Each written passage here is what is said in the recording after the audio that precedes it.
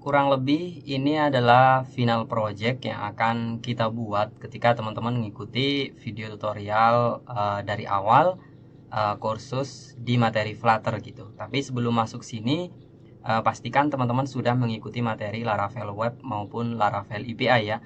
Karena semua data yang kelihatan di sini itu dibuat dari backend gitu ya. Dan di sini kita berperan sebagai si front end yang membuat aplikasi untuk end user gitu. Jadi aplikasi yang akan kita buat kurang lebih ketika pertama kali dibuka dia akan masuk langsung ke bagian menu home di sini ya, yang menampilkan list dari tempat-tempat kuliner gitu. Jadi untuk tampilannya dia dibuat list vertical scroll seperti ini, terus menampilkan data mulai dari gambar, terus nama tempatnya, terus dia ngambil kecamatan juga kalau nggak salah di sini. Terus kemudian di sini ada icon untuk nambahkan favorit, nanti dia akan muncul di favorit di sini. Jadi untuk halaman awalnya di menu di sini ada 3 ya, ada home, ada favorit, dan ada profile. Nah, ketika kita baru saja masuk ke aplikasi, maka kita bisa menampilkan data tempat-tempat kuliner. Tapi kalau kita masuk ke favorit, di sini dia memiliki require login gitu. Jadi kita membuatkan state mana user yang sudah login dan mana belum gitu. Jadi tampilannya dibedakan di sini ya.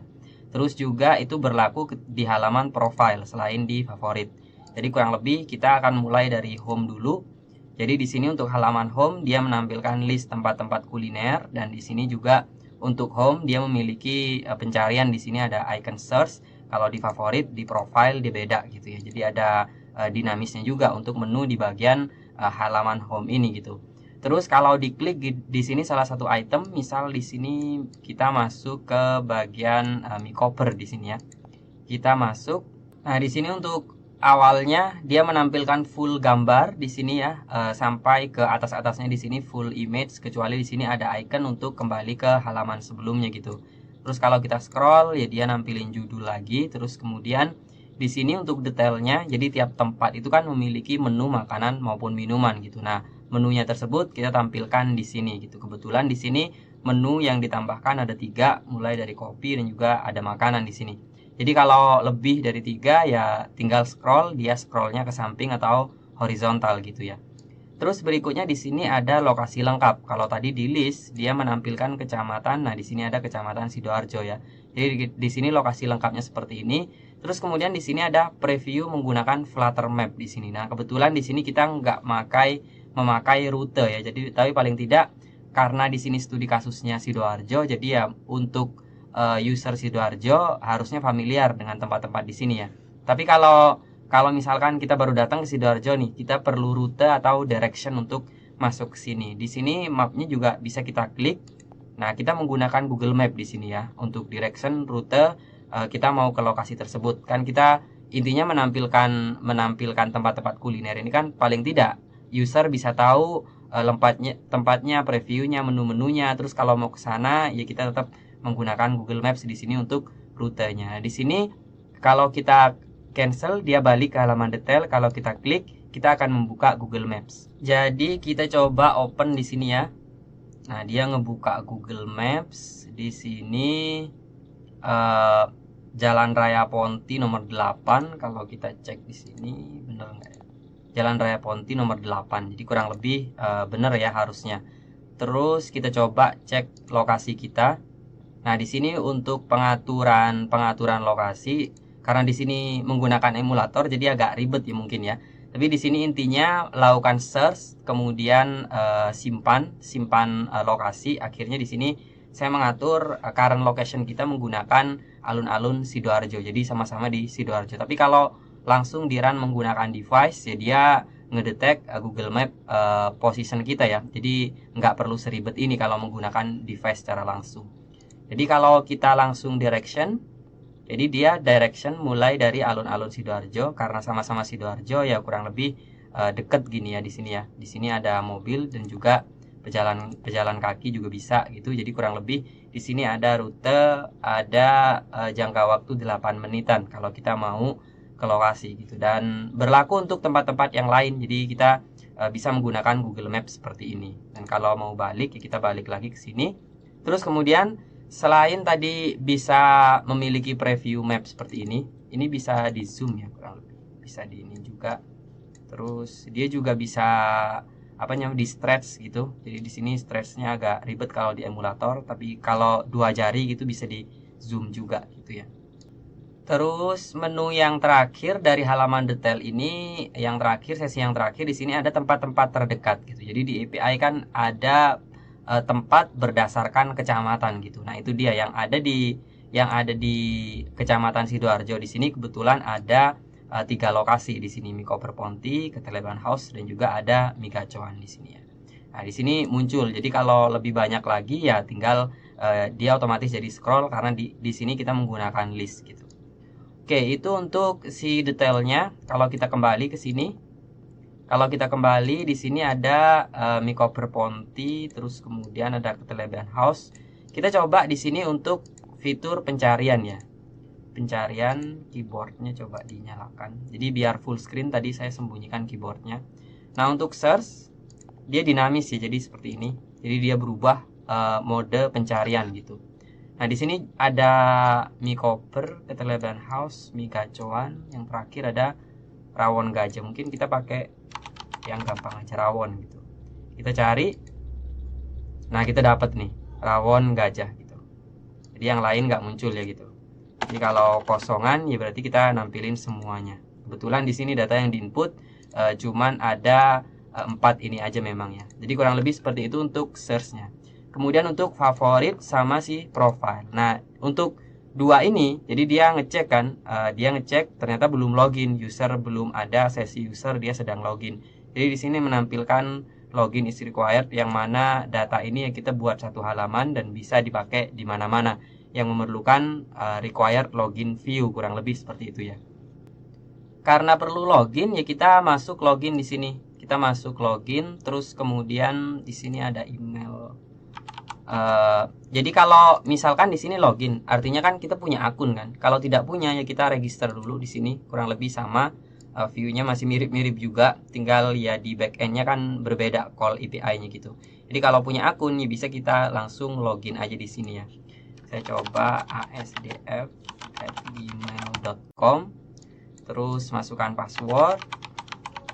Di sini misalkan passwordnya salah gitu. Passwordnya salah. Kita sembunyikan lagi biar view-nya full ya gitu ya. Kita login salah harusnya di sini.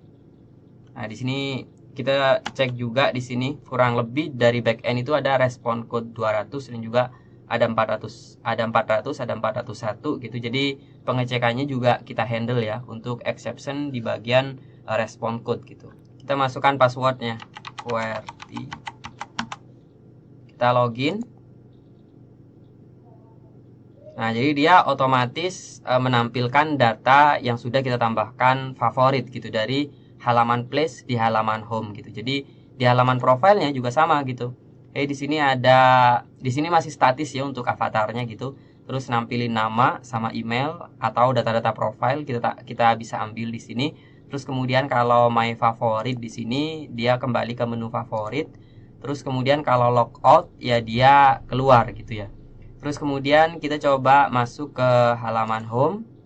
Di sini ada apa nih? Ada Keteleban House. Kita coba tambahkan di sini Mikoper Ponti.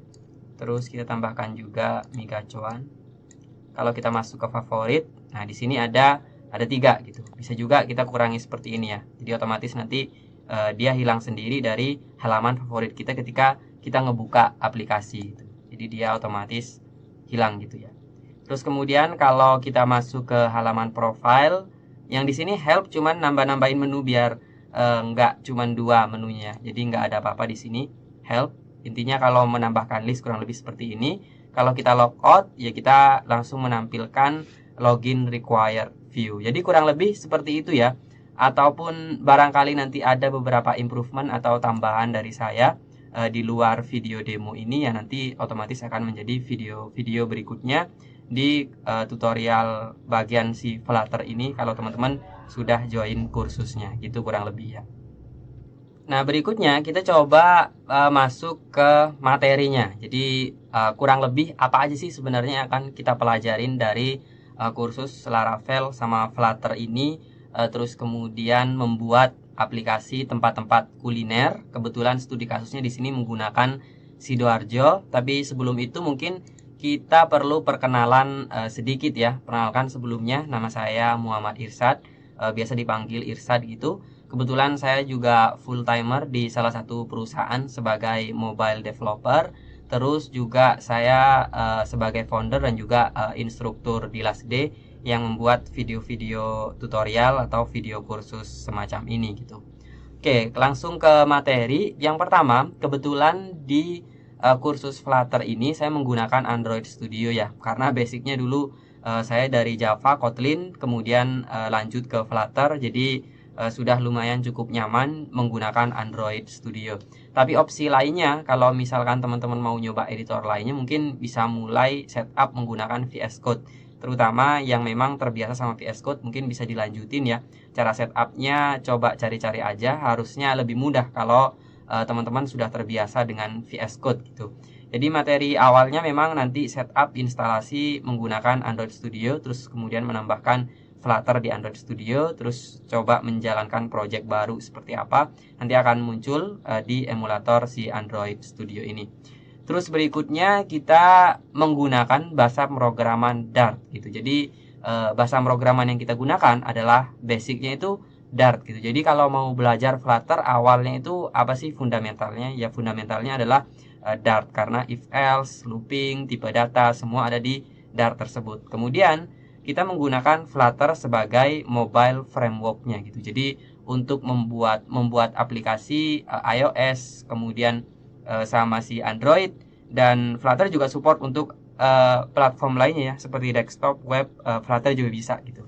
Nah, kemudian yang penting juga mungkin di sini ada versi ya. Jadi versi ini lumayan penting di Flutter karena satu library ke library yang lain, satu project ke project yang lain, perbedaan versi ini lumayan mengganggu kita, terutama kalau projectnya sudah lumayan besar gitu.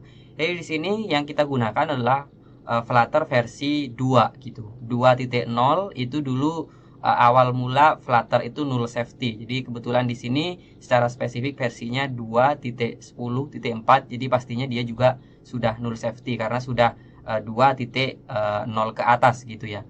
Jadi kalau masih ragu gitu apakah sudah null safety atau belum, ya harusnya ini sudah gitu karena kita sudah menggunakan 2.0 ke atas gitu.